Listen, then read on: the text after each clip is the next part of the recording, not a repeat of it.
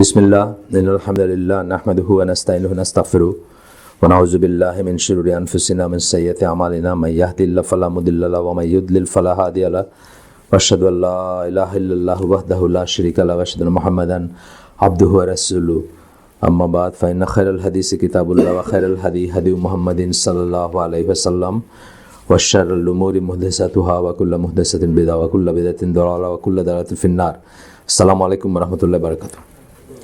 আমরা আজকে খাইবারের যুদ্ধের কথা পড়ব বলে এই ঠিক করছিলাম আগে, মানে বাকিটা আমরা শেষ করছি গতদিন।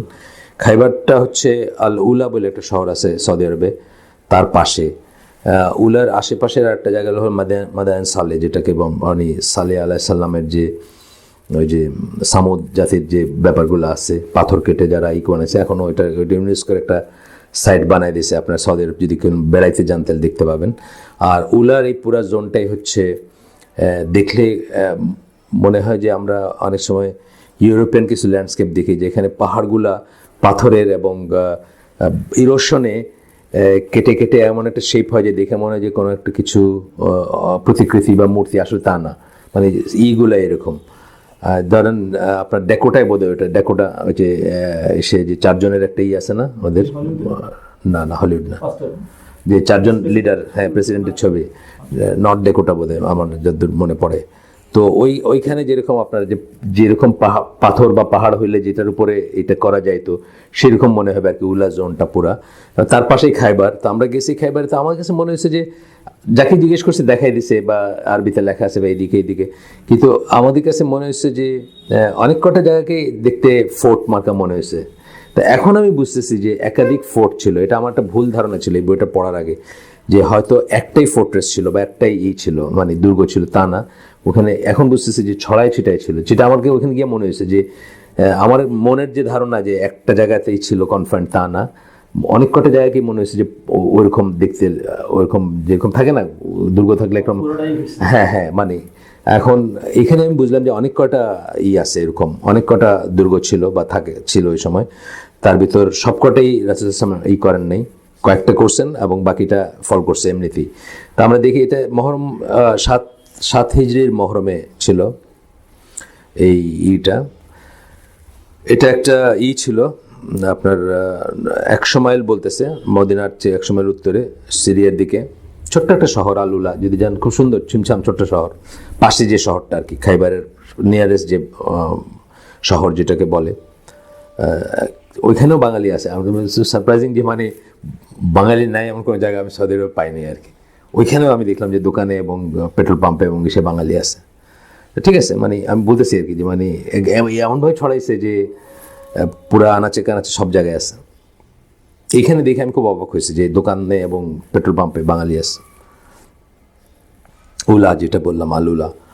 আচ্ছা, খাইবার বলতেছে যে যেখানে জুরা থাকতেন এবং জুরা থাকতো, যেটা একটা ছিল বাগান টাইপের ছিল, ওয়েসিস মরুদ্যান যেটাকে বলে। এখানে রাসূলুল্লাহ সাল্লাল্লাহু আলাইহি ওয়াসাল্লাম যখন কুরাইশদের সাথে একটা সন্ধি হয়ে গেল, তখন আসলে ইহুদিদের সাথে ট্রাস্ট এত ভঙ্গ হয়ে গেছে এবং হয়ে গেছিল, এবং তারা তাকে সত্য জানলেও তাকে নবী হিসাবে মানে নেই, এবং তাকে ডিপোজ করার জন্য বা তাকে করার জন্য সব কিছুই করার চেষ্টা করতেছে। দ্যাট রিমাইন্ডস মি, হঠাৎ করে এখন মানে সৌদি আরবকে মানে একজন তো আমার ইহুদি রাষ্ট্রই বলছে, মানে জিওনিস্ট স্টেট বলছে বেশ কয়েকদিন আগে, ধরেন মাস 3-4 আগে বলছে, আর এখনও এটা করার একটা চেষ্টা চলতেছে। এখানে একটা জিনিস খুব চিন্তা করার ব্যাপার আছে, যেটা আমি সৌদি আরবের শাসকদের সাথে আমার কোনো সখ্যতা নাই, আমার এক পয়সা দেওয়া নেই, তারা কোনোদিন আমি কিছু খাইও নেই তাদের, সোজা কথা। সৌদি আরবের স্কলারদেরকে আমি রেসপেক্ট করি ফর ডিউ রিজনস, করবো ইনশাল্লাহ, করতেই থাকবো। তো এই যে কোনো একটা জিনিসে তারা যেভাবে জিনিসটাকে দেখবেন, ওইভাবে আমরা দেখতেই শিখি নেই। মানে ধরেন একজন আমের বা একজন ইসের এগেনস্টে কী স্টেপ নেবে, কী করবে, এটা আমরা দেখতেই শিখি নেই, আমাদের রক্তেই নেই বা আমাদের শিক্ষাতে নেই। এছাড়াও অন্য একটা জিনিস, এখন থেকে প্রায় 15-20 ইয়ার্স আগের কথা হতে পারে, মানে রাফলি হয়তো বা 10-15 ইয়ার্স আগের কথা হবে, 2001 বা ওইরকম, বা আরও আগের হইতে পারে। বেলারফিল্ডসে একটা লেকচার শুনতেছিলাম আমি, ইংল্যান্ডের লেকচার দিচ্ছেন।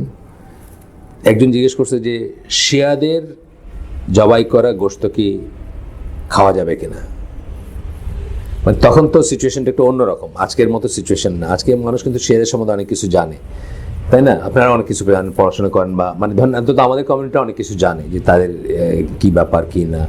কিন্তু তখন ধরেন 79-এর পরের 79-এ হয়েছে সারা দুনিয়ায় ইরান একটা মডেল আর কি মুসলমানদের জন্য, এখনো আছে জামাতিদের জন্য, যারা জামাতি বা প্রো জামাতি যে সেক্টর তারা এখনো মনে করে যে ওয়ালাইকুম সালাম, ইরান একটা মডেল বা ইরান খোলা থাকুক। ইসমাইল এদিকে চলে আসেন। তো ওনাকে জিজ্ঞেস করছে, উনি একটু স্টার্টলড হয়ে গেছে because crowd is not ready for the answer. আছে না কতগুলো আনসার আছে না যে রেডি না। তো তখন উনি বলছেন যে আমি বলবো যে এটা হারাম আর কি, এটা খাওয়া যাবে না। মিনিং ওয়াট, উনি শিয়াদেরকে মুসলিম মনে করতেন না, করেন না ওনার পয়েন্ট অফ ভিউ থেকে, ওনার যে ফিক সেটার থেকে। সাথে সাথে জিজ্ঞেস করছে যে ইহুদিদের মিট খাওয়া যাবে কিনা, কোষার মিট। উনি বলছেন হ্যাঁ এটা খাওয়া যাবে, কারণ ইসলাম এটা পারমিট করে। এই কথাটা কিন্তু তখনও এবং এখনও 99% মুসলিম মানতে পারবে না, যাদেরকে আমরা মানে জেনারেল মুসলিম আমি বলতেছি। তার কারণ তারা কিন্তু ফিক দিয়ে দেখবে না জিনিসটা, তারা কিছু ইমোশন দিয়ে জিনিসটাকে দেখবে। কিন্তু ফিক দিয়ে যদি দেখেন, আপনি যদি মনে করেন যে এই লোকটা ইজ নট এ মুসলিম, তাইলে তার চেয়ে তো যে কোনো আহলে কিতাবের এটা তো একদম স্পষ্টত আমরা জানি এটা জায়েজ, যে আহলে কিতাবরা যদি আল্লাহর নামে করে জবাই করে সেটা তো জায়েজ আমরা জানি। কিন্তু একজন হিন্দু ভগবানের নামে করলে কিন্তু সেটা খাইতে পারবেন না আপনি, বুঝছেন না ব্যাপারটা? তো এই জিনিসটা 99% মানুষ তখন এবং এখনও মানতে পারবে না। যে উনি যে বলছেন যে শিয়াদের স্লটার মিট উইল বি হারাম, আই উড কনসিডার ইট হারাম। উনি বলছেন ইচ্ছা করে, আমি বুঝছি, যে যাতে অন্যরা ঢালাওভাবে এটাকে নিয়ে অফেন্ডেড ফিল না করে। মানে আমার কথা নিজের উপরে নিয়ে দিয়েছেন, ওয়ালাইকুম সালাম, এবং ইহুদিতে বলছেন। এখন আমি আপনাকে জাস্ট আমার অ্যানালাইসিস, আমি তো খুব ছোট পয়েন্ট অফ ভিউ থেকে আমার অ্যানালাইসিস থেকে বলছি যে সৌদি আরবে একটা অক্ষম জাত এখন আর কি, এখনকার সৌদি আরবে একটা অক্ষম জাতি, যারা নিজেদেরকে শিয়া অনস্লট থেকে বাঁচাইতে সক্ষম না। সুতরাং তারা যাকে মনে করছে যে এর বাঁচাইতে পারবে, ট্রাম্পের কথা আমি বলি বা আমেরিকানদের কথা বলি, তাদের ঠেঙে ধরছে গিয়ে, এবং তারা কন্ডিশন দিয়েছে, সেই কন্ডিশন তারা অস্ত্র বিক্রি করছে। তাদের কোনো simply they don't have a choice, সোজা কথা। চয়েস তাদের যা ছিল তারা সেটা হারায় ফেলছে। সেটা হয়তো আব্দুল আজিজ বিন সৌদ বাপ এদের যে সে হয়তো করতে পারত, সে একটা বিশাল ফিগার ছিল বলতে মানে খালি শরীরে তো বিশাল ছিল, এটা তো ছিল, শরীরটা আমি বলতেছি না, আমি বলছি সে যুগান্তকারী কিছু কাজ করছে। ধরেন 4 মাযহাবের সে এক জায়গায় নিয়ে আসছে, একটা জামাত হচ্ছে এখন সৌদি আরবে, তাই না? মানে এই সমস্ত অনেক বড় বড় কাজ করছে। কিন্তু পরবর্তীতে সে যেটা হলো যে আমরা আপনার আগে বলছি যে লাক্সারি এবং ইসের দিকে চলে গেছে। ওই কী করে তারুণ্য ধরে রাখা যায়, যৌবন ধরে রাখা যায়, সেই ওষুধ খাইতে খাইতে তার জীবন শেষ। তো আর সে আর এদিকে চিন্তা করতে পারে 40টা প্লাস বিয়ে করছে বা ইত্যাদি, যাই হোক, একসাথে না অফকোর্স, মানে শরিয়া মাইনেই করছে, বাট এটা একটা ছড়িয়ে নিয়ে একটা খেলাধুলা আর কি। মানে ধরেন ডিভোর্স জায়েজ আছে, এই জন্য কিন্তু অনেক দুষ্ট আরব মেয়েরা কি করে, মানে আপনার সাথে বিয়ে বইলো, আপনার থেকে মহারণা বড় করে টাকা পয়সা যা নেওয়ার হাতায় নিয়ে মাস 6 মাথায় আপনার থেকে ডিভোর্স নিয়ে আরেকজনের সাথে বিয়ে বললো। এটা কিন্তু আছে অনেকের, একদম প্রফেশন, এটা মানে সেমি প্রফেশন আর কি, প্রফেশন বলতেছে না। তো যাই হোক, মানে দুষ্ট হইলে বা যদি আপনি শরিয়াকে যদি আপনি করতে চান, খেলানেলা করতে চান, আপনি করতে পারেন। যাই হোক, যেটা হলো যে তারা কনসলিডেট করলো না জিনিসগুলো। তারা চাইলে, আমি যেটা আমার লেমন পয়েন্ট অফ ভিউ থেকে, কিন্তু আমার কোনো পলিটিক্যাল ভিশন নাই, তারপরে আমি বলতেছি যে তারা চাইলে কি করতে পারতো, তারা চাইলে একটা কনসোর্টিয়াম করতে পারতো, মুসলিমদের একটা মানে আর্মি করতে পারতো, যারা মক্কা মদিনা সহ সৌদি আরবকে করবে। তো আমার জনসংখ্যা নেই, অন্যদের তো আছে জনসংখ্যা, বাংলাদেশের এত মানুষটা নিয়ে গেলে তো হইতো, বুঝছেন না? বাংলাদেশের আর্মি যদি জাতিসংঘের জন্য মার্সানারি হইতে পারে, তো সৌদি আরবের জন্য খুশি হয়ে হইতো, আরো ওই পরিমাণ পয়সা দিলে বা ওর অর্ধেক দিলে হয়তো খুশি হয়ে মার্সেনারি হিসাবে করতো, এবং করছে। ওইটা করে নাই যে তা না। এই যে আপনার এই যে সাইফুল আজম না, হ্যাঁ, পাকিস্তান বিমান বাহিনীর মানে লিভিং ইগল ওনার আর কি, আমেরিকানরা তাকে অনার করছে। 48টা বা 46টা ইসরায়েলি এয়ারক্রাফট উনি করছে, 4টা এয়ারফোর্সের উনি কাজ করছে, ইজিপশিয়ান এবং জর্ডানিয়ান এবং পাকিস্তান ইত্যাদি ইত্যাদি। এরকম মানুষরা যদি তখনই জর্ডান এবং ইজিপশিয়ান এয়ারফোর্সে কাজ করতে পারে, এখন তো সৌদি আরবে সে করতেই পারতো। সেই ভিশন নাই, এখন ঠ্যাঙ্গে পড়ছে, এখন যেভাবে হোক। কিন্তু এখন তাদের যেটা আমি বুঝি যে আকরাম ভাই আসলে কালকে আসবে, হালাকে আপনি জিজ্ঞেস করেন, ওনার কাছে নামটা জিজ্ঞেস করবো বইয়ের। মানে আকরাম ভাই যখন সৌদি আরবে ছিল তখনই বই পাবলিশ করছে যে 50 বছরের ভিশন কি, ইরান কি চায়। ইরান পুরা মিডল ইস্টকে তাদের করতে চায়, মানে তাদের, এবং সেই প্ল্যানেই তারা আগাচ্ছে। এবং আমরা তো এবার দেখলামই যে কিভাবে তারা রাশিয়ান এবং সিরিয়ান আর্মির সাথে মিলে তারা সুন্নি মুসলিমদেরকে মারছে, এবং কাউন্টলেস, এটা কোনো হিসাব নেই। এবং আসলে তো তাই, মানে এটা জাস্ট ম্যাটার অফ টাইম, মানে ইফ না ওয়েন এখন কথা, যে Saudi Arab point of view থেকে সেটা। এখন সেইখানে তাদের করণীয় কি, এখানে তারা যদি সত্যি ওদেরকে ওইরকম জ্ঞান করে যে এদের সর্টার করা মিট খাওয়া যাবে না, তাহলে তো তারা বিগার এনিমির করতে স্মলার এনিমির সাথে তারা হাত মিলাবেই। মানে আমি বলতেছি যে আর তো চয়েস নেই তাদের। তো এটা অনেক বোঝার ব্যাপার আছে, কিন্তু কথা হচ্ছে যে জেনের মানুষ, এগুলা জেনের মানুষ বলতে কি, ইভেন এক ভাই আসলো আমার কাছে, মানে পরিচিত এক ভাই, ওই ইখওয়ান জামাতি লাইনের চিন্তা ভাববেন না, ওই তো মানে এতে চিন্তাই করতে পারে না এইসব জিনিসগুলো।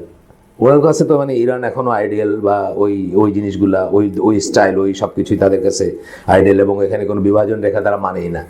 শিয়া সুন্নি আমাকে আরও বলছে এখানে যে আমি শিয়া সুন্নি বুঝি না। আমাদের গ্রুপেরই ভাই, মেল গ্রুপে আছে, কে জানি কবে লিখছে, উনি আমার মেল পাঠাইছে যে আমি শিয়া সুন্নি এগুলো বুঝি না, আমি শুধু মুসলিম বুঝি, আমি শুধু মুসলিম বুঝি। যেটা মানে যে একটা ইমোশনাল কথা, কিন্তু যে আমার পরিচয় কি বলো যে তুমি মুসলিম, এটা তো আমরাও বলবো যে এটা ঠিক, কথাটা ঠিক, কিন্তু আজকের দিনে এটা তো আপনাকে বলতেই হবে যে শিয়া না সুন্নি, এই কথা তো আনতেই হবে প্রসঙ্গটা। যাই হোক, আসেন এখন আমরা দেখি এখানে। তো এই যেটা বলতেছিলাম যে এইরকম একটাই ঠিক সৌদি আরব কিন্তু এই যে রাসূল সাল্লাল্লাহু আলাইহি ওয়াসাল্লাম যে কারণে এলিমিনেট করতে চাইছেন ইহুদিদের, যে আপনার নেক্সট ডোর, আপনি এরকম একটা রেখে কখনো শান্তিতে থাকতে পারেন না, এক্স্যাক্টলি সিমিলার লাইনে সৌদি আরব চিন্তা করে, কিন্তু তারা অক্ষম। ওয়ালাইকুম, তারা অক্ষম, রাসূল সাল্লাল্লাহু আলাইহি ওয়াসাল্লাম সক্ষম ছিলেন। এই তফাৎ। আজকে সৌদি আরবে অক্ষম, রাসূল সাল্লাল্লাহু আলাইহি ওয়াসাল্লাম তখন সক্ষম ছিলেন টু মিট দ্য এনিমি, এবং সেটা তিনি করছেন। যাই হোক, এখন এখানে কি ছিল যে খাইবারে যেখানে 10,000-এর মতো তাদের যোদ্ধা ছিল, ফাইটার্স। যোদ্ধা বলতে ধরেন আসলে অ্যাবল মেইল এটাই ধরা হচ্ছে আর কি। তখনকার যোদ্ধা তো আর তখনকার রেগুলার আর্মি ওইভাবে কেউ করতো না, সব সমর্থ পুরুষকেই যোদ্ধা ধরা হতো। ইভেন ইসলামেও তাই, মানে মুসলিম সাইডেও তাই। যখন বলা হচ্ছে তখন ড্রাফট টাইপের ব্যাপার ছিল আর কি, নাম লেখানো হয়তো, এরা যাচ্ছে বা এরা যাবে, কে নাম লেখাবে, কে আগে আসবে, বা ভলেন্টিয়ার ইত্যাদি, এরকম সিস্টেম ছিল। তো খাইবারের আশেপাশের যে strong fortress in Khaybar, in which there were nearly 10,000 fighters, কাদের, ইহুদিদের 10,000-এর মতোই ছিল, এবং প্লেন্টিফুল সাপ্লাই অফ আর্মস, মানে অনেক ছিল। এমনিতেই তারা ট্র্যাডিশনালি কিন্তু আর্মস টার্মস বানাইতো। আপনারা যদি পড়েন ওই যে কুমার মার্কা জিনিস আর কি, যা দিয়ে সোর্ড বানায়, যা দিয়ে বানায়, আপনারা হিস্ট্রিতে আরেকটু ডিটেলস বইতে পড়লেই দেখবেন যে মুসলিমরা তাদের কাছ থেকে কিনতেছে, বা তাদের কাছ থেকে করতেছে, সংগ্রহ করতেছে পয়সার বিনিময়, বা করতেছে, এরকম সিস্টেম তখনই ছিল মদিনা বা আশেপাশে। তো এই ওয়ালাইকুম আসসালাম। So the Prophet mobilized the Muslims to go out and attack them at the end of Muharram. 1600 warriors, মুসলমানদের 1600 যোদ্ধা ছিলেন, এবং 200 হর্সম্যান, অনেক বড়, মানে 200 ঘোড়া কিন্তু অনেক বড় একটা জিনিস। আপনার ইসে পড়ছেন 3টা ঘোড়া ছিল, একটা যুদ্ধে আমরা পড়লাম না, 3টা মাত্র ছিল। তো সেইখানে আপনার 200 হর্সম্যান মানে বিরাট একটা ব্যাপার। আচ্ছা, এরপরে কি করলেন, নিয়ে he mobilized those around him who had been present at Hudaybiyah. হুদাইবিয়াটা আমরা জানি যে 1400 ছিল নাম্বারটা, না, তাদের মোরলেস সেই কন্টিনজেন্টটা, তার সাথে একটু প্লাস টাস করে আর কি তাদেরকে নিয়ে উনি গেলেন, এবং Khaybar until they were near the oasis, খাইবারের কাছাকাছি গেলেন, পৌঁছালেন। তখন রাসূল সাল্লাল্লাহু আলাইহি ওয়াসাল্লাম তার ঈদেরকে বললেন, মানে থামতে বললেন। তারপর একটা দোয়া আছে, এই দোয়াটা আমরা পড়বো ইনশাল্লাহ। একটা দোয়া আল্লাহর কাছে চাইলেন, ও আল্লাহ, lord of the heavens and what they overshadow, আকাশসমূহের প্রভু বা প্রতিপালক, এবং তার যা কিছুকে তারা ঢেকে রাখে, অর্থাৎ আকাশের আন্ডারে যা আছে, আসমানের নিচে যা আছে। Lord of the lands and what they make to grow, সমস্ত ভূমি বা পৃথিবী বা আর্থ বা মাটির লর্ড, প্রতিপালক, এবং সেখানে যা কিছু গ্রো করে, যা কিছু জন্মায় সেখানে। And lord of the devils and what into error they throw, এবং সমস্ত শায়াতিন যারা, তাদেরও তুমি প্রভু। আল্লাহকে অ্যাড্রেস করতেছেন আর কি। আপনার জানেন সাইফুল্লাহ ভাই যে লাস্ট যে হালাকাটা করলেন ওটা কি বলে, সবচেয়ে এই দোয়া কি আল্লাহর প্রশংসা, হুইচ কাভার্স এভরিথিং। এই জন্য আপনার আরাফার দিনে যে দোয়াটা সেটা কিন্তু বেসিক্যালি আল্লাহর লা ইলাহা ইল্লাল্লাহু ওয়াহদাহু লা শারীকা লাহু লাহুল মুলকু ওয়া লাহুল হামদু ওয়া হুয়া আলা কুল্লি শাইইন কাদির। মানে এই যে বা এটার সাথে একটু প্লাস মাইনাস যা করে আর কি, এটা আসলে আপনি কি করতেছেন, আপনি কিন্তু আল্লাহর কাছে কিছু চাইতেছেন না, এটা কিন্তু আল্লাহকে প্রেস করতেছেন। আল্লাহকে প্রেস করলে ইট ইনক্লুডস এভরিথিং, আপনার সমস্ত, আপনার কোনো অভাব থাকবে না।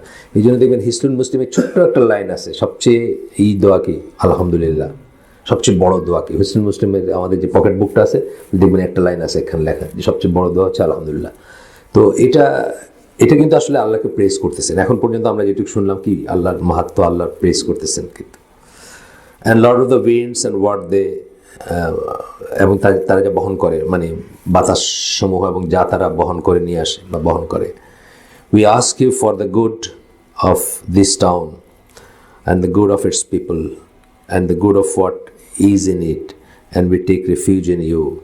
মানে এই শহরের যা কিছু ভালো আছে সেটা আমরা চাই তোমার কাছে, এবং তার ভিতরে যা ভালো আছে সেটা চাই। শহরের ভালো চাই, শহরের ভিতরে যা আছে তা we take refuge in you, তোমার কাছে আমরা আশ্রয় প্রার্থনা করি। ফ্রম ইটস ইভিল, এটার খারাপ যা কিছু আছে তার থেকে তোমার কাছে আশ্রয় প্রার্থনা করি। যে কোনো একটা শহরের ভালো এবং খারাপ দুটো জিনিসই আছে। আপনারা দেখবেন একটা ট্রিপে একটা মানুষের, এই যে জাপানের কথা বললেন, কারো একটা হবে কারো একটা হবে, একই এসে কিন্তু দুরকম ফলাফল হয়। এই জন্য সফর টফর নিয়ে এত কথা আছে, এত আছে, চিন্তাভাবনা আছে, বা অনেক ফিক আছে সফরের। যাই হোক, তারপর বলছে যে and it's people and the evil of its people, এখানে যা মানুষ আছে তাদেরও ইভিল আছে, তাদের ভিতরে খারাপ জিনিস আছে, সেটাতেও আমরা তোমার কাছে আশ্রয় চাই।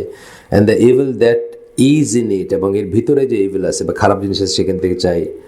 Forward in the name of Allah, আল্লাহর নামে আগাইতে বলতেছেন এখন, মানে থেমে নিয়ে দোয়াটা করলেন। এটা একটু দোয়া বেসিক্যালি। এরকম একটা দোয়া আমরা দেখবো যে ইসের ওই দোয়া না, এটা একটা ইনস্ট্রাকশন ছিল মোতার যুদ্ধের পরে যেটা আসতেছে সেটার আগে, ওটা খুব সুন্দর, আমরা দেখবো পরে ইনশাল্লাহ। তারপরে খাইবার যখন পৌঁছালেন, নিয়ার ওয়ান অফ দ্য ফোর্ট্রেসেস, একটা দুর্গ, তার মানে অনেক কটা দুর্গ ছিল এখানে, তার ভিতরে একটা দুর্গের কাছে যখন পৌঁছালেন, তখন কি এই দুর্গটার নাম ছিল হুসন আল নাফা। আচ্ছা, এটা ছিল নাম। এই নামটা আমি শুনিনি আগে কখনো, এইভাবে শুনিনি, এটি আলাদা করে একটা ইসের নাম। তো আমি বললাম না যে খাইবারে গিয়ে আমার মনে হয়েছে যে ঠিক একটা জায়গা আমি পাইতেছি না যেখানে, অনেকখানি ছড়ানো মনে হয়েছে। এখন আমি বুঝতেছি যে অনেক কটা দুর্গ ছিল আর কি, সেই জন্য। কিন্তু স্ট্রাকচারগুলো এখন দাঁড়ায় আছে, আপনি দেখলে বুঝবেন যে অনেকটা আমাদের লালবাগ ইটি দেখলে যেরকম মনে হয় না যে মানে একটা দুর্গ কী হবে, মানে ভেতর থেকে আপনি বাইরটাকে দেখবেন অল অ্যারাউন্ড, এবং দরকার হলে আপনি তখন কামান ছিল না বা যাই ছিল সেটা তীর হোক বা যাই হোক, ওটাকে প্লেস করে আড়াল থেকে মারতে পারবেন। বোঝা যায় একটাই, ওই জিনিসগুলো আপনি দেখতে পাবেন। এখনও রুইন্সগুলো রয়ে গেছে, তারা ওইভাবে রেখে দিছে আর কি, ডেমোলিশ করে নেই। যতটুকু এতদিন এত বছরে যা টিকছে বা যা আছে, কিছুই নাই বলতে গেলে, ছাদ মার্কা জিনিস নেই, শুধু ওই এনক্লোজার একটা সীমানা টাইপের দেখা যাবে। তো যাই হোক, তখন কি করলেন, ইন উইচ দেয়ার ফাইটার্স, তখন একজন আল হুবাব ইবন আল মুনজির, এই নামটা আমরা আরেকবার পড়ছিলাম, মনে আছে নাকি কারো? আমার মনে হয় যে চেনা, তারপর আমি পেছনে গিয়ে দেখলাম যে হ্যাঁ আরেকবার পড়ছিলাম। ইনি ওই বদরের যুদ্ধের সময় কোথায় করা হবে এই সাজেশনটা দিয়েছিলেন। ইনি বলছিলেন যে আপনার কাছে কি এটা ওয়াহিদ থেকে আসছে যে এখানে আমরা ক্যাম্প করব, তা নাইলে এখানে না করে আমরা ওইখানে করি, তাহলে এই সুবিধা আছে। উনি রাসূল সাল্লাল্লাহু আলাইহি ওয়াসাল্লামকে অ্যাডভাইস দিলেন যে এই দুর্গের কাছে না যাইতে, কারণ এখান থেকে তারা এমন একটা পজিশন যে তারা অ্যাকুরেটলি তীর মারতে পারবে, এবং যেহেতু নিচের দিকে দুর্গটা উপরে এবং এটার নিচে আপনার পজিশনটা নিচে হবে, তীরগুলো অনেক গতি এবং অ্যাকুরেসি নিয়ে আসবে। এটা স্বাভাবিক কথা, কারণ আপনি উল্টা দিকে যখন উপরের দিকে মারবেন তো প্রজেক্টিলটা একরকম হবে, আর নিচের দিকে আমরা এমনি বুঝি ইসের লদ থেকে, গ্র্যাভিটির ইসের থেকে বুঝি যে প্লাস একটা থাকবে, তাদের শক্তি কম লাগবে বা লাগবে। তো তখন উনি বললেন যে এই আমাদেরকে ছত্রভঙ্গ করে দেবে তারা খুব ইজিলি, আর they would be able to sneak up on the Muslims at night by hiding behind, মানে কাছে ওইখানে অনেকেই ছিল, ইসের খেজুর গাছেরই ছিল। তো চাইলে তারা ওই খেজুর গাছের আড়ালে এসে মানে মুসলিমদের কাছাকাছি চলে আসতে পারবে, উইদাউট আপনি কিছু করতে পারবেন না। মানে একজন মানুষ যদি গাছের আড়ালে থাকে তাকে আপনি কি করবেন? আপনি এখান থেকে বুঝতেছেন যে একটা একটা করে গাছের আলে একজন একজন করে লোক আসতে আপনি কি করবেন, সে বাইরে হলে নাইলে তারে আপনি কিছু করলেন, তীর মারলেন বা এই করলেন। তো এই সাজেশনটা দিলেন যে আমরা এখানে ক্যাম্প করি না বা এখানে থাকি না বা এখানে ই না করি। তারপরে বললেন যে So the Messenger of Allah sallallahu alaihi wasallam and the Muslims moved, এখান থেকে সরে গেলেন।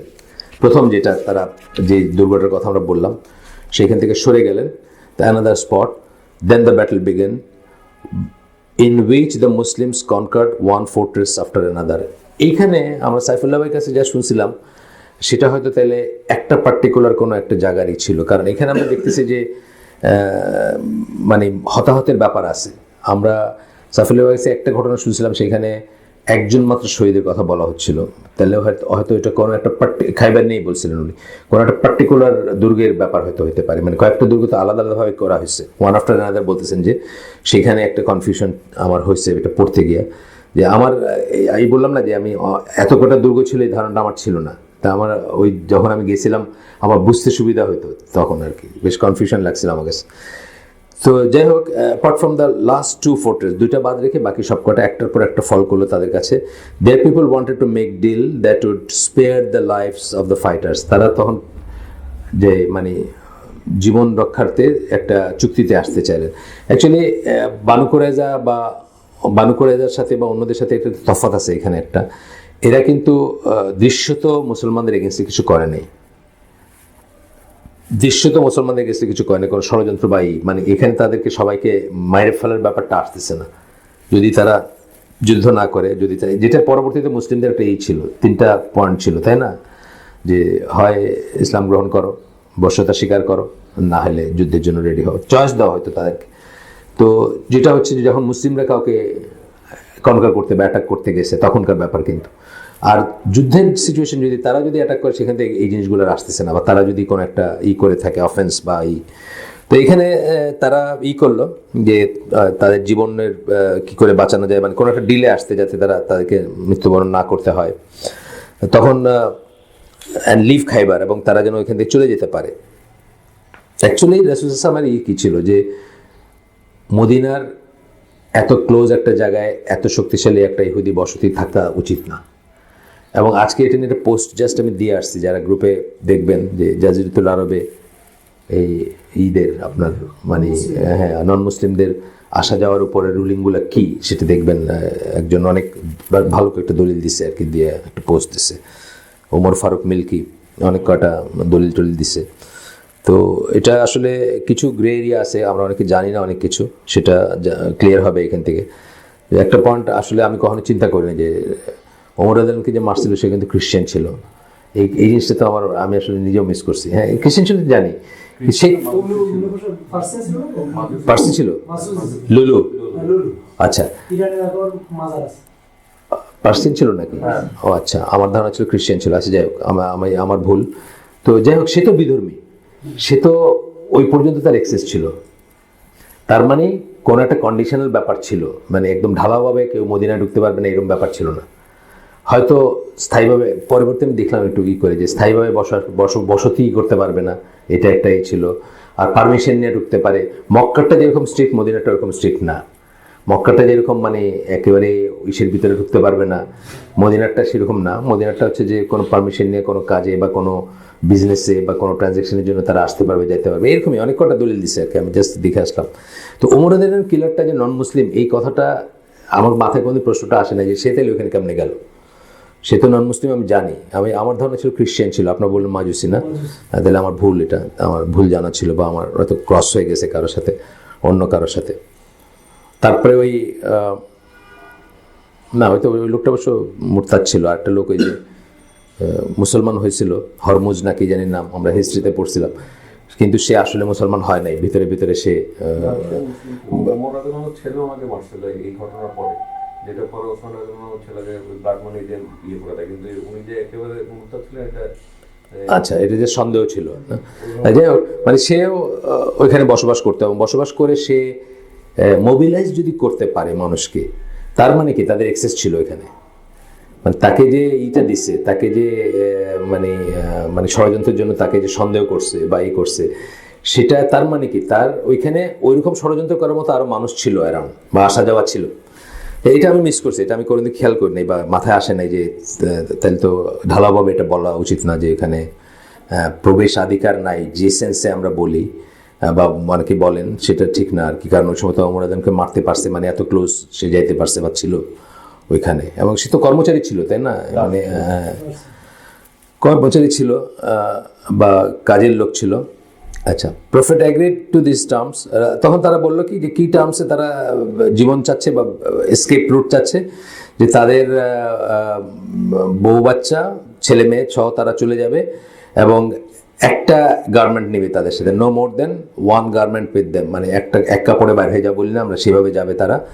রাসূল সাল্লাল্লাহু এগ্রি করেন, কোনো সম্পদ বাই নিবে না তারা, and that they would forfeit the protection of Allah and His Messenger if they, তারা যদি কনসিল করে মানে লুকায় যদি কিছু নিয়ে যেতে চায় কোনো সম্পদ বাই, তাহলে তারা যে প্রোটেকশন আছে এটা তার উপর ভ্যালিড থাকবে না আর কি।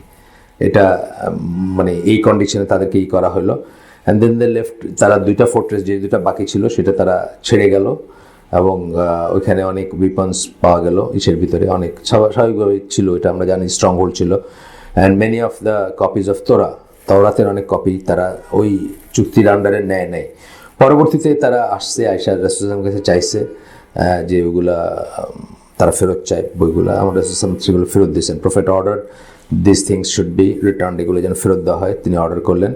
The number of juice killed, এইখানে আমি একটু অবাক হয়েছি যে 15 মুসলিমস ওয়ের মার্টার্ড, মানে 15 জন মুসলিম মারা গেছেন। এইটা আমি যে সাইফুল্লাহ ভাই তাহলে হয়তো একটা কোনো পার্টিকুলার দুর্গের কথা বলছিলেন, এটা একটা অন্য কারণে আসছিল, এটা যে সরকারি জিনিস আত্মসাৎ করলে কি হয় সেটা আর কি। যে একজন সাহাবী, হয়তো কোনো একটা দুর্গের ব্যাপারে আপনার গল্পটা জানেন হয়তো, যে একজন সাহাবী মারা গেছিলেন ওইখানে, এবং অন্য সাহাবীরা, যে ঘটনা আমি বলতেছি, অন্য কোথা থেকে একটা তীর এসে পড়ছে বা এসে মারা গেছেন, তো অন্যরা বলতেছিলেন যে ওনার কত মানে এখানে অনেকে আসলো কিন্তু একমাত্র উনি শহীদ হইলেন, উনি মানে নিশ্চিত জান্নাতি বা এই ধরনের একটা মন্তব্যের ইসের রাসূলুল্লাহ বলছেন যে হ্যাঁ উনি আগুনের চাদর পরে যাচ্ছেন আর কি, বিকজ উনি ওই স্পয়েল থেকে একটা চাদর উঠায় নিয়েছিলেন উইদাউট টেকিং পারমিশন ওই ইসেরদের থেকে, এবং সেটা গায়ে, মানে সরকারি জিনিস বা ইসের গুরুত্ব কি এটা বোঝাইতে গিয়ে বলছেন একজন সাহাবীর যদি এটা হয় যে আগুনের চাদর পরে পরকালের দিকে যাচ্ছেন বা ইসের দিকে নেক্সট ওয়ার্ল্ডে যাচ্ছেন, এটা বোঝাইছেন যে পারমিশন নেন না উনি। এটা ভালো লাগছে, দেখছেন হয়তো স্পয়েল নিয়ে নিয়েছেন। তো উনি আজকের দিনের কথা বলতেছিলেন যে আমাদের এখানের যে সরকারি বা আমরা জনগণের জিনিস যেভাবে কি করি বা যা করি আর কি, আপনারা জানেন, আমার চেয়ে বেটার জানেন আপনারা, তো সেটা কথা বলতেছেন যে এটার জন্য কতটুকু দায়বদ্ধতা থাকবে বা এই থাকবে। তো তখন বোধহয় আরেকজন সাহাবী এসে বলছেন যে উনি ওই ফিতা বোধহয় উঠায় নিয়েছেন, স্যান্ডেলের ফিতা, স্যান্ডেলও না বোধহয়, গোটা স্যান্ডেল না, স্যান্ডেলের ফিতা, এরকম গল্পটা আমার যদি মৃত্যুর উপর ওই যে আমাদের ইটা করেছিলেন ওইটাতে আর কি। তো রাসূলুল্লাহকে উনি ভয় পেয়ে এসে বলছেন যে আমি তো এই ফিতাটা লাগাইছি বা তো বলছে যে হ্যাঁ এই অংশটাও মানে আগুনে জ্বলবে আর কি, বা এসে মানে মিনিং যে একটা জুতার ফিতাও আপনি অথরিটি বা সরকারের বা জনগণের যেটা ওইটা উইদাউট পারমিশন বা উইদাউট আপনি নিতে পারেন না, সেখানে আমাদের অবস্থা কী আর কি। এবং ওই টাকা পয়সা পাওয়ার ব্যাপারে বলতেছিলেন যে টাকা পয়সা পাওয়াটা খুব সিরিয়াস একটা ব্যাপার, কিন্তু পাওনা থাকা কারো কাছে খুব সিরিয়াস ব্যাপার, ওইটাও বলতেছিলেন যে এটার জন্য অনেকে জান্নাত একদম জান্নাতে আটকায় যাবে আর কি, জাস্ট টাকা পয়সা পায় এই জন্য। তবে একটা ফিক বললেন যে ধরেন আপনার কাছে আপনি আমার কাছে 5 টাকা পান, আমি নিয়ত করছি, বলছি কালকে দিব, আমি নিয়ত করছি, রেডিও করছি, তার আগে আমি মরে গেছি, তো উনি বলছেন যে এটা আল্লাহ মানে আল্লাহ শোধ করে দিবেন এই ধার, মানে এটার রিওয়ার্ডটা যেটা কাটা যাইতো বা হয়তো এটা আল্লাহই করে দিবেন, বিকজ আপনার নিয়ত ছিল, আপনি অ্যারেঞ্জমেন্টও করছেন কিন্তু আপনি এটা সারতে পারেন নাই, এটা আসছে মৃত্যুর উপর ক্লাসটা ছিল। আপনি করছিলেন নাকি? আপনি ছিলেন বোধ হয়, হ্যাঁ। যাই হোক, 93 জুস এবং 15 জন মুসলিম, এটা আমার জানা ছিল না যে 15 জন মুসলিম মারা গেছেন। আমি ধারণা করছিলাম যে হয়তো একজনই, কিন্তু এটা যখন এখানে আসে, এবং ওই যেহেতু আমরা দেখেছি অনেক কটা দুর্গ, হয়তো এটা একটা দুর্গের ঘটনা, এটা আরেকটা জায়গার ঘটনা, এরকম হবে। এরপর আসতেছে ব্যাটল অফ মোতা। এটা নিয়ে আমার অস্ট্রেলিয়া থেকে একজন মেল করছে যে এখানে যে আমরা জানি যে সূরা আনফালের 65-66 নম্বর আয়াত, পরপর দুটো আয়াত আছে আপনার সূরা আনফালের। ওই দুটো আয়াত অনুযায়ী একটাতে আছে যে 10:1, 65-66, হ্যাঁ, অথবা 64-65, আমি জাস্ট মার্ক করে রাখছিলাম, এখন দেখতেছি এটা নাই কাগজটা। 64-65 বা 65-66 পরপর দুটো আয়াত। একটাতে হচ্ছে 10:1 থাকলে মানে আপনি যুদ্ধ করবেন বা ভয় পাবেন না বা করবেন। তারপরেরটা হচ্ছে 2:1, যে আল্লাহ লাইট করে দিলেন, মানে একটা আয়াত ব্রোগেটেড করা হয়েছে। এটা নিয়ে অনেক আমি ঘাটলাম আর কি, অনেক ঘাটলাম আপনার ওই যে তফসির ঘাটলাম, আবু বকর জাকারিয়া ভাইয়েরটা দেখলাম বা ওই মোহাম্মদ আসাদেরটা দেখলাম। তো এখান থেকে যেটা বুঝলাম যে এটা এই ঘটনার আগের মোতার ওই ছেলেটা এই জন্যই প্রশ্ন করছে যে এই মোতাতে তো আসলে মোতার যুদ্ধে তো আসলে ওই প্রপোর্শন ছিল না, 2:1 ছিল না, বা ধরেন 3,000 এবং 200,000 বলা হয় আর কি। এটা দুই সাইডে এরর থাকতে পারে, হয়তো 3,000-এর জায়গায় হয়তো 2,500 হতে পারে, আর ওটা 200,000-এর বেলায় কি গিয়ে গনছে নাকি গিয়ে, এটা মানে জাস্ট একটা এস্টিমেশন বা একটা যা শোনা গেছে সেটা 100,000 হতে পারে, বাট স্ট্যাগারিংলি ডিসপ্রপোর্শনেট, এটা ঠিক।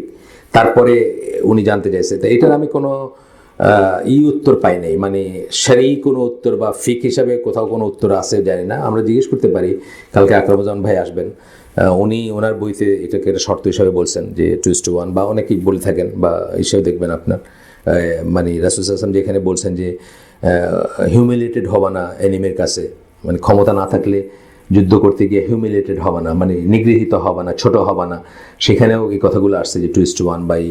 তো এটা উনি প্রশ্ন করছিলেন এই অস্ট্রেলিয়াতে যে ভাই থাকেন, যে ছেলেটা আর কি যার কথা বলতেছে, যে এইখানে তাহলে তো অনেক কম ছিল, ব্যাপারটা কী ছিল সেটার আমি উত্তর দিতে পারবো না, তবে কেন ছিল সেটা হয়তো বলতে পারবো। আমরা পড়ি আসেন, এটা হচ্ছে 8ম হিজরি, মানে একদম শেষের দিকের ঘটনা।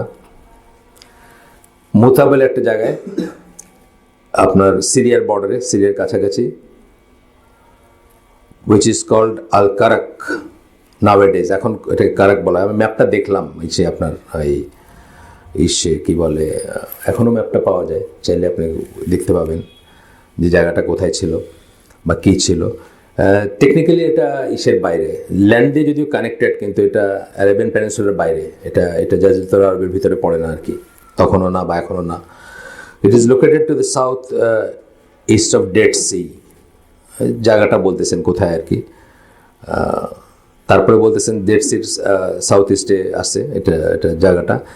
রাসূল সাল্লাল্লাহু আলাইহি ওয়াসাল্লাম অনেক পাঠাইতেন, মানে অনেক এমিসারি যাদেরকে বলে, জায়গায় জায়গায় পাঠাইতেন, চিঠি দিয়ে পাঠাইতেন ইসলামে আসার জন্য, রুলারদের কাছে পাঠাইতেন, অনেক রুলারদের কাছে পাঠাইছেন। আমরা জানি যে পার্সিয়াতে পাঠাইছিলেন, ছিঁড়ে ফেলছিল, রাসূল সাল্লাল্লাহু আলাইহি ওয়াসাল্লাম বলছিলেন যে তোমার সাম্রাজ্য এইভাবে টুকরা টুকরা হবে, এরকম আর কি। এক একখানে এক এক রকমের রিয়েকশন ছিল, কিন্তু কখনোই কারোর লাইফ নিয়ে কোনো ব্যাপার ঘটে নাই, মানে যাকে পাঠাইছেন তাকে মেরে ফেলছে বা এই ধরনের ব্যাপার আগে ঘটে নাই। এই ঘটনাটায় যেটা হয়েছে যে একজন বাইজেন্টাইন গভর্নর বুসরা কিন্তু নট বাসরা হচ্ছে ইরাকে, বুসরা হচ্ছে সিরিয়াতে একটা জায়গা। ইদানিংকালেও নামটা শোনা গেছে কয়েকদিন আগেও। তো এই সিরিয়ার এই বাইজেন্টাইন গভর্নরের কাছে উনি একজন সাহাবীকে দিয়ে চিঠিটা পাঠাইছেন ইসের জন্য, মানে আপনার ইসলামে আসার জন্য। তখন এই ধরনের অনেক চিঠির ভিতরে এটা একটা চিঠি ছিল। তো এখন গাসানিদরা হচ্ছে বেসিক্যালি ইয়েমেন অরিজিনের, কিন্তু তাদের এখানে সাম্রাজ্য ছিল, ক্লায়েন্ট স্টেট ছিল তারা। এই জায়গাটায়, যে জায়গাটার কথা আমরা বলতেছি, যে জোনটা ক্লায়েন্ট স্টেট বলতে তারা ইস্টার্ন বাইজেন্টিয়ান যারা সাম্রাজ্য, যেটা বাইজেন্টিয়ান মানে রোমান সাম্রাজ্য দুই ভাগে ভাগ ছিল, মানে ইস্টার্ন রোমান এম্পায়ার যারা, ইস্টার্ন যেটার আপনার ইস্তাম্বুল ছিল হাব পরে, যেটা আপনার ওনার নাম কি, মেহমেদ দ্য কনকারার, মেহমেদ II, উনি করলেন আর কি 1453 সালে যেটা জয় করলেন আর কি। আল্লাহ রাসূল সাল্লাল্লাহু আলাইহি ওয়াসাল্লাম তাকে সেলুট করে গেছিলেন যে তার হাতে পতন ঘটবে এসের, মানে সেই বীর আর কি, যার কাছে নামটা বলেন নাই, বাট সেই বীর যার হাতে কনস্টান্টিনোপল হবে, তাকে তখনই করে গেছিলেন। তো যাই হোক, তো সেই ইস্টার্ন রোমান এম্পায়ার যেটা বলি আমরা, বা রাজত্ব যেটা বলি বা সাম্রাজ্য যেটা বলি, তার ছিল এটা, এই গাসানিদ ছিল client state. Client state for example এখনকার কি হবে, ধরেন উত্তর কোরিয়া চাইনিজ যদি অনেকে মনে করে, বা বার্মা ইজ টু চায়না অনেকে মনে করে, তাই না? এটা বড় কষ্টের একটা জিনিস। এটা এটা এটা কি করে বলি নিজের,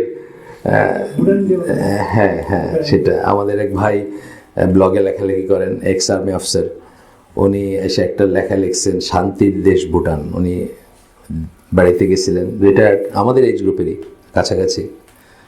আমার খুব কষ্ট লাগছে দেখে, মানে আমি পড়িও নাই, জাস্ট লেখাটা জাস্ট মানে হেডলাইনটা দেখে আমার খুব কষ্ট লাগছে। আমার যে কোনোদিন পার্সোনালি কথা হয় বা কোনোদিন কোনো স্কোপ থাকে, আমি ওনাকে জিজ্ঞেস করবো আপনি কি আসলে বুঝছেন, আপনি আপনি কি কি বলছেন, বা আপনার এখান থেকে কি মেসেজ মানুষ নেবে।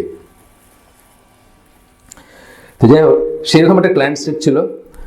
তো এই when one of the Arab Ghassanid governors who served the Byzantine ruler came to Muta, he said to him, এই সাহাবীর সাথে তার দেখা হয়েছে। একজন গভর্নর, গাসানিদ গভর্নর, যারা বাইজেন্টাইন রুলারদের করতেন, মানে ক্লায়েন্ট স্টেট হিসাবে ছিলেন, বা তাদেরকে বশ্যতা স্বীকার করতেন তাদের, বা তাদেরই ছিলেন। তিনি এই সাহাবীকে জিজ্ঞেস করছেন যে তুমি কোথায় যাচ্ছ? আল হারিস ইবন উমায়ের আল আজদি, উমায়ের বলেই করছেন পরবর্তীতে, যখন নামটা ছোট করে বলছেন তখন। তো তাকে জিজ্ঞেস করছেন তুমি কোথায় যাচ্ছ? Are you one of the messenger of Muhammad, তুমি কি মোহাম্মদের একজনই বার্তাবাহক? উনি বলছেন হ্যাঁ। তখন তাকে কি করছেন, তাকে বেঁধে ফেলছেন, ওই লোক বেঁধে ফেলছে এবং তাকে বিহেড করছে, মানে শিরচ্ছেদ করছে তার। এইটা রাসূল সাল্লাল্লাহু আলাইহি ওয়াসাল্লাম খুব সিরিয়াসলি নিয়েছেন এবং খুবই অফেন্ডেড ফিল করছেন। প্লাস এটা ধরেন মারার কোনো দরকার ছিল না, তাকে ফেরত পাঠিয়ে দিলে হয়তো বা করলে হয়তো, মানে এটা একটা অন্য ধরনের জিনিস ছিল। এইটারই রিটালিয়েশন হিসাবে আল্লাহ রাসূল সাল্লাল্লাহু আলাইহি ওয়াসাল্লাম এই মুতা এক্সপিডিশনে তার আর্মি পাঠান আর কি। সেই আর্মি আপনি জানেন, এটা আমি প্রথম, এটা এখন থেকে হয়তো 20 বছর আগে হবে, কোনো একটা ক্যাসেট টেসেটে আমি দেলোয়ার হোসেন সাইদির রাস্তাঘাটে বাঁচত না তখন, চায়ের দোকানে, বাসে, কোনো একটা এসে শুনতেছিলাম এটা, যে বলতেছিলেন যে 3 জনকে কেন ডেজিগনেট করলেন, একজনের পর একজনের পর একজন, 3 জনকে ডেজিগনেট করছিলেন স্ট্যান্ডার্ড বিয়ার হিসাবে, এবং তারা ঠিক সেই অর্ডারেই মারা যান আর কি, যে অর্ডারে ডেজিগনেট করছিলেন সেই অর্ডারে মারা যান।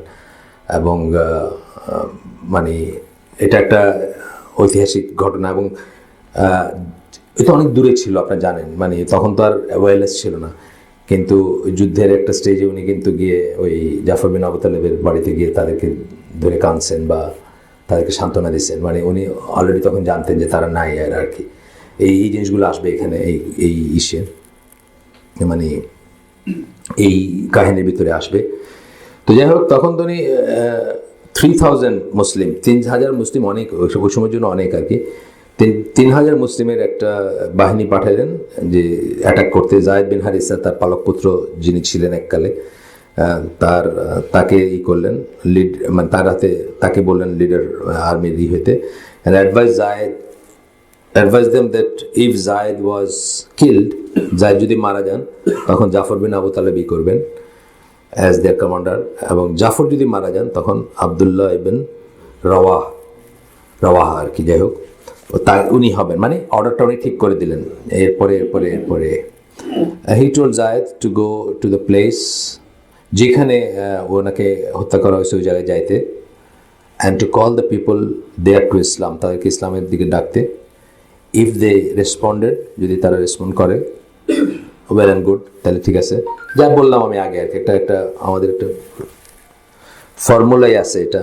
পরবর্তীতে আমরা দেখবো যে আমরা ওই যে হিস্ট্রি অফ ইসলাম যখন পড়ছি কি বলে, আচ্ছা আমি একটা ভুল শুদ্ধ করে দিই আপনাদের, মানে এখানে ওই সেকেন্ড যেটা আসছিল, রেভুলেশন যেটা আসছিল, আল্লাহ রাসূলের কাছে ওহী আসছিল, আমরা পড়তেছিলাম তখন। তা আমি এইটা বলছি নাকি সূরা মুদাসসিরের, কিন্তু মুখে বলছি মুজাম্মিল, পাশাপাশি দুইটা সূরা আর কি। এই ভুলটা আমি মাফ চেয়ে নিচ্ছি। যে আমার ওয়াইফ শুনতে তাকে আমি বলছি তুমি পুরাটা বলছো হলো মুদাসসির, আর মুখে বলতেছিল তুমি যে সূরা মুজাম্মিল, মানে ওইখানে একটা ভুল হয়েছে আমার আর কি। যে পাশাপাশি সূরা 73 74, মুজাম্মিল হচ্ছে 73, 74 হচ্ছে মুদ্দাসসির। তো ওই মুদ্দাসসিরের আয়াত বলতে গিয়ে আমি মুজাম্মিলের কথা মুখে উচ্চারণ করছি। এটা আপনারা এমনি আর তো আর ঠিক করার উপায় নেই, তো আপনাদের বললাম আর কি যারা এখানে ছিলেন, যেটা এই জন্য ওই সাইফুল্লাহ ভাইরা লাইভ টেলিকাস্ট বা লাইভ এইটা চান না, যে এটাতে ভুলটা শুদ্ধ করার কোনো স্কোপ থাকে না। আমরা বলছিলাম যে ছেলে করতো না এখানে, একটা কি জুবাইর বলে একটা ছেলে, তো পরে সাইফুল্লাহ বলেন যে এটা না করাটাই ভালো। অনেক সময় মুখ দিয়ে একটু কথা ভুল কথা বের হয়ে যাবে, ভুল একটা এক্সপ্রেশন থাকতে পারে বা থাকতে পারে। যাই হোক, এখন তারপরে কি হলো যে ওই ফর্মুলাটা বলে দিলেন যে যদি তারা করে তাহলে ওয়েল অ্যান্ড গুড, আর তা নাইলে আল্লাহর সাহায্য চায় তাদের সাথে করতে, যুদ্ধ করতে। এই ইনস্ট্রাকশনটা এটাও একটা ঐতিহাসিক ইনস্ট্রাকশন। এটা আমি মনে করি খুব খুব ইম্পর্ট্যান্ট একটা আজও। এবং আপনারা দেখবেন যে এখনকার যে চরমপন্থী দলগুলো যাদেরকে যেটাই তারা করতেছে, যেটাকে তারা যুদ্ধ মনে করতেছে, সেটাকে কিন্তু এই নর্মগুলো তারা মানে না। I urge you to fear Allah and to take care of the Muslims who are with you. আমি তোমাদেরকে করতেছি, ইনস্ট্রাকশন বলতেছেন রাসূল সাল্লাল্লাহু আলাইহি ওয়াসাল্লাম, আল্লাহকে ভয় করবা এবং তোমাদের সাথে যে মুসলমান আছে যারা যাচ্ছে, যারা তোমাদের আন্ডারে আছে, তাদের টেক কেয়ার করবা। মানে তখনকার যে আমির বা তখনকার যে জেনারেলি যে রোলটা ছিল, যে সে ঢাল হিসাবে কাজ করে বাকিদের, সেই জিনিসটা তাদেরকে মনে করে দেওয়া হচ্ছে যে একজন জেনারেলি কিন্তু অনেক বড় রেসপন্সিবিলিটি, সে কিন্তু বাকিদের জন্য ঢাল হিসাবে কাজ করে, বা সে মানে তাদের অভিভাবক হিসাবে কাজ করে সব রেসপেক্টে। Attack in the name of Allah, for the sake of Allah. Attack in the name of Allah, for the sake of Allah, দুটা অত্যন্ত বড় কথা। কিন্তু in the name of Allah মানে আল্লাহর নামে তো শুরু করবে, আর for the sake of Allah এখানে যেন আপনার কোনো পার্সোনাল কিছু না আসে, পার্সোনাল কিছু লোভ লালসা কিছু যেন না আসে, শুধু যেন আল্লাহ ফ্যাক্টর আসে। Those who disbelieve in Allah, কাদেরকে? যারা আল্লাহ বিশ্বাস করে তাদেরকে। Do not betray or steal, steal চুরি করা, বিট্রে বিশ্বাসঘাতকতা করা। ডু নট কিল চিলড্রেন, বাচ্চাদেরকে মারো না। Or women or old man or hermits in their cells, অথবা সাধু সন্ন্যাসী যদি থাকে তাদের যেখানে বসে থাকে তারা বা করে, আছে না অনেকখানে, মানে খ্রিস্টানদের সাধু সন্ন্যাসী থাকতো, তারা বা থাকতো। Do not touch any dead palm or cut down any trees, খেজুরের গাছ বা অন্য কোনো গাছ টাচ করবা না বা কেটে ফেলবা না। Do not destroy any building, কোনো বিল্ডিং ধ্বংস করবা না। জাস্ট ইনস্ট্রাকশন কিন্তু। যাই হোক, আমরা 12টা শেষ করবো ইনশাল্লাহ। কয় মিনিট আছে? 15 মিনিট শেষ করবো ইনশাল্লাহ। দেন আর এটা নিয়ে আমি একটু সার্চ করলাম। ইসলাম ওয়েবের একটা লেখা আছে। ইসলাম ওয়েব ছিল আপনার ইসলামকে পরে আমরা যখন কিছু সার্চ করতাম, নেক্সট আমরা এটা দেখতাম। ইসলাম ওয়েব একটা, আরেকটা হচ্ছে ইসলাম টুডে। এই পর্যায়ক্রমিকভাবে আমরা এটা দেখতাম। ইসলাম কিউএতে যদি কিছু না পাইতাম, ইসলাম কিউএ কিন্তু উত্তর পাওয়া একটা খুব মানে বিশাল ব্যাপার। এখন বোধহয় আবার কিছু দেয়, এই গত কয়েক বছর ধরে কিছু দেয়। তার আগে গড নোজ ওয়েন আর কি, মানে একটা লেখলেন, এটা ন্যাচারালি অনেক বড়, কিন্তু ইসলাম ওয়েব কিন্তু আপনার উত্তর দিত এবং আপনাকে মেইলও জানাইতো যে উত্তরটা দিচ্ছে, এই লিঙ্কে দেখতে পাবেন, এটা দিত আর কি। ইসলাম টুডেও দিত, মানে লিমিটেড স্কেলে দিত। তো সেই ইসলাম ওয়েবে একটা লেখা দেখলাম আমি, এটাতে একটু ডিটেলস, মোতার যুদ্ধ নিয়ে একটু ডিটেলস লেখা আছে, আমরা পড়বো আমরা ওটা কথা বলবো, যেখানে প্রসঙ্গে আসবে বলবো ইনশাল্লাহ। তো এখন দেন দ্য আর্মি সেট আউট, আর্মিতে যাত্রা শুরু করলো। সেই জায়গা পর্যন্ত গেল, where they heard Heraclius had gathered a large army was encamped, একটা জায়গার কথা বলতেছেন, মাহাব বলে একটা জায়গা, সেখানে তারা ক্যাম্প করে আছে। in the land of al-Balqa near দামাস্কাসের কাছে, এখানে দামাস্কের কাছে, দামাস্কাস সিরিয়ার অংশ বা সিরিয়ার রাজধানী। The Byzantine army was composed of Byzantines and Christianized Arabs, মানে রোমানরা ছিল, আবার আরব যারা খ্রিস্টান হয়ে গেছিল তারা ছিল। এখন মুসলমানরা তখন সলা পরামর্শ করলো, তখন তো আর আপনার যাওয়ার এইখানে আমরা ওই কথাগুলো বলবো আর কি। তখন তো আর ফিরে যাওয়ার উপায় নাই যে রাসূল সাল্লাল্লাহু আলাইহি ওয়াসাল্লামের কাছে জানবে বা করবো। কিন্তু তারপরে তাদের ভিতরে হইলো যে তারা কি করবেন। কেউ বললেন যে আমরা রাসূলের কাছে এই চাই, রিএনফোর্সমেন্ট চাই, এত বড় একটা আর্মি। কেউ বললেন যে আমরা ফিরে যাব কিনা, এটাও চিন্তা করলেন। আর আবদুল্লাহ বিন রওয়াহ, যিনি যাকে লাস্ট করছেন, উনি বললেন যে তোমরা যা ঘৃণা করতেছো, অর্থাৎ meeting the enemy, such a big enemy, বা এত বড় একটা সেটির জন্য কিন্তু তোমরা আসছো আসলে। উই সিক মার্টারডম, মানে আমরা শাহাদা চাই। For we are not fighting the people on the basis of our numbers, rather our strength comes from the fact that we are fighting them for the sake of the religion with which Allah has honored us. ওনার কথাটা আমি exactly পড়তেছি। So we'll have one of the two good things, either victory or martyrdom, মানে শাহাদা অথবা বিজয়, দুইটার একটা হবে। আমরা তো দিনের উপরে আল্লাহর জন্য করতেছি, এটা ওনার ছিল যে মানে আমরা আর কিছু চিন্তা করব না। এখানে আমি বলতেছি যে তারা যে চিন্তাটা করলেন, এই চিন্তাটাই হয়তো অন দ্য বেসিস অফ ওই আয়াতটা, যে 2:1 যেটা, অর্থাৎ এখান থেকে যদি তারা চলে যেতেন তাহলে হয়তো তাদের কোনো ব্লেম হতো না, অথবা তারা যদি ওয়েট করতেন ফর রিএনফোর্সমেন্ট হয়তো তাদের ব্লেম ওয়ার্দি ছিল না। কিন্তু এখন এইখানকার সলা পরামর্শ আমি কি করলাম, এটা তো একটা আলাদা ব্যাপার। এরকম যুদ্ধ আরও হয়েছে, ইয়ারমুকের যুদ্ধ আপনারা দেখবেন যে স্ট্যাগারিংলি মানে ওই কোনো প্রপোর্শন ছিল না, 2:1 ছিল না, মোটেই ছিল না। কিন্তু সেটা হচ্ছে যে একটা সিচুয়েশনে পড়ে গেছেন আপনি যদি মদিনার থেকে জেনে বাইর হইতেন যে এরা এত লক্ষ্য থাকবে, তাহলে আমি ওই রুলটাকে, জেনারেল রুলটাকে কোয়েশ্চেন করতে পারতাম যে আমি তো জানি ওরা 1 লাখ, আমি 3000 নিয়ে কেন গেছি, তা কিন্তু না ব্যাপারটা। ওইখানে একটা সলা পরামর্শ হয়েছে, এবং ইসলামের যে লেখাটা সেখানে যেটা আমি জানলাম, মানে ওইটুকু আপনাদের লিঙ্ক দিয়ে দিব দরকার হলে সে আপনার গ্রুপে। ওইখানে যেটা জানলাম যে কিছু কিছু মুসলিম এখান থেকে ডিফেক্ট করছিলেন, তারা কিন্তু নিজেদেরকে একেবারে মানে পরিত্যাজ্য মনে করছেন, এবং রাসূল সাল্লাল্লাহু আলাইহি ওয়াসাল্লামের কাছে মানে ডিফেক্টর হিসেবে পরে ফিরে আসছেন। রাসূল সাল্লাল্লাহু আলাইহি ওয়াসাল্লাম তাদের কিছুই বলেন নাই, বরং তাদেরকে আত্মীকরণ করছেন, পসিবলি বিকজ সিচুয়েশনটা এরকম ছিল, পসিবলি। তা নাহলে তো এটা তো একটা ট্রিজনের মতো পড়তো বা অন্যরকম একটা এসে পড়তো। কিন্তু এই সিচুয়েশনটাতে বিতর্কের একটা স্কোপ ছিল হয়তো, সেই জন্য হয়তো আল্লাহ রাসূল সাল্লাল্লাহু আলাইহি ওয়াসাল্লাম তাদেরকে বলছেন যে না, মানে ওরা বলছে আমরা তো আপনাকে ছেড়ে চলে গেছি, বলছেন না তোমরা বরং বলো যে আপনার কাছে আসছি, এটা বলে তোমরা you come in to the mainstream আর কি। উনি তাদেরকে করেন নাই, মানে তাদেরকে মাফ করে দিচ্ছেন। ওয়ারেজ আমরা দেখবো যে তাবুকের সে 3 জন সাহাবী জাস্ট যাইতে চান নাই দেখে তাদের তো খুব একটা অন্যরকম একঘরে একটা অবস্থা ছিল। অথচ এইখানে যারা চলে গেছিলেন অল্প কয়েকজনই হয়তো তারা ডিফেক্ট করছিলেন, তাদের কিন্তু রাসূল সাল্লাল্লাহু আলাইহি ওয়াসাল্লাম কোনো শাস্তি তো দেনই নাই, উল্টা বলছে যে না, তোমরা you have just come to me, তোমরা আমার থেকে সরে যাও না, তুমি বলো যে আমার কাছে আসছো, and you are one of us. এভাবে একটা ছিল এখানে, দলিল সহকারে আছে আর কি ইসলাম বাইবেলের ওই লেখাটাতে। যাই হোক, এই ইসের পরে তারা মানে যুদ্ধের করলেন যে না, তারা যুদ্ধ করবেন। The people agreed with him and they should go had, এবং যে তারা অ্যাগ্রি করলেন যে তারা সামনে আগায় যাবেন। এবং এটা কিন্তু অনেক সময় নাও অ্যান্ড হিয়ার সিচুয়েশন, যে কমিউনিকেশন ছিল এটা কিন্তু জিজ্ঞেস করে নেওয়ার কোনো স্কোপ নাই।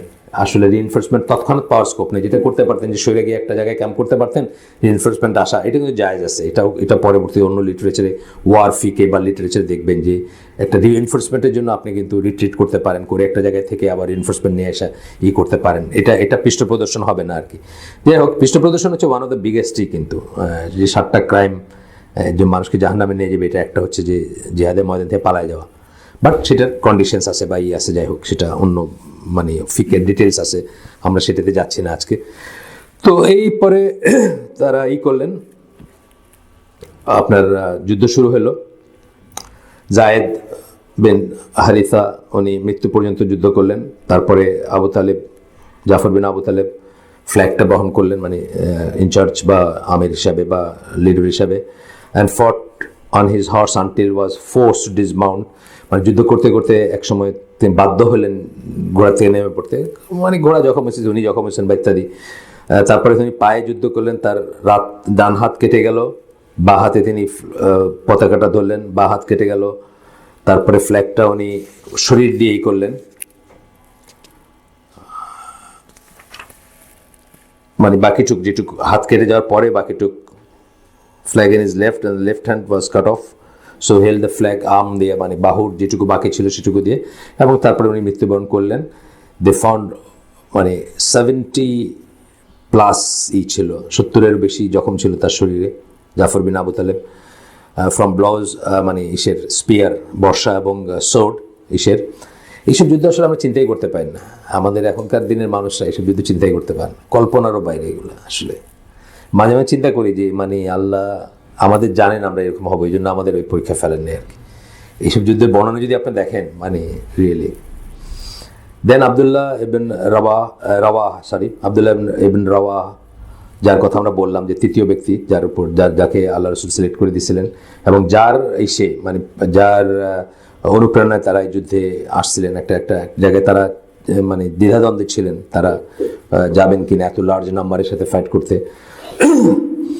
তখন উনি পতাকা বহন করলেন এবং তারপরে উনি মৃত্যুবরণ করলেন।